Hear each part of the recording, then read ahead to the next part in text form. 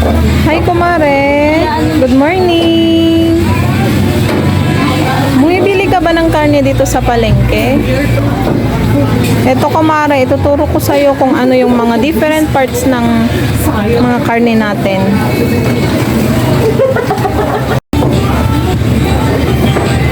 Unang-una, ito yung boneless. Ito po ay sa pigi po siya, sa kanyang legs. Ayan. Tinanggal lang po yung buto niya para maging boneless. Ayan. Pakaganda ng karne natin for today. Ito naman po ay yung pork chop. Ayan. Kung gusto mo po ng manipis na chop, pwede rin pong i-request po ito.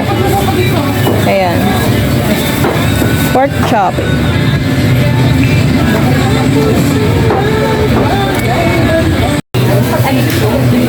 Yung ibang part naman po ay ito po yung kasim.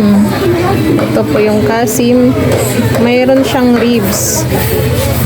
Ito, kasim. Mga kasim po ito. Kasim.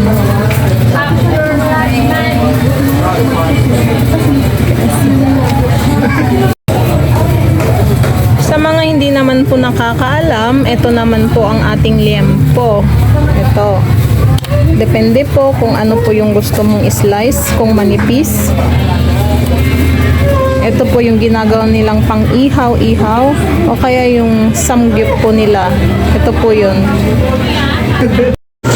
Kung ang hanap mo naman po ay yung may buto at malaman, dito ka na po sa pigi.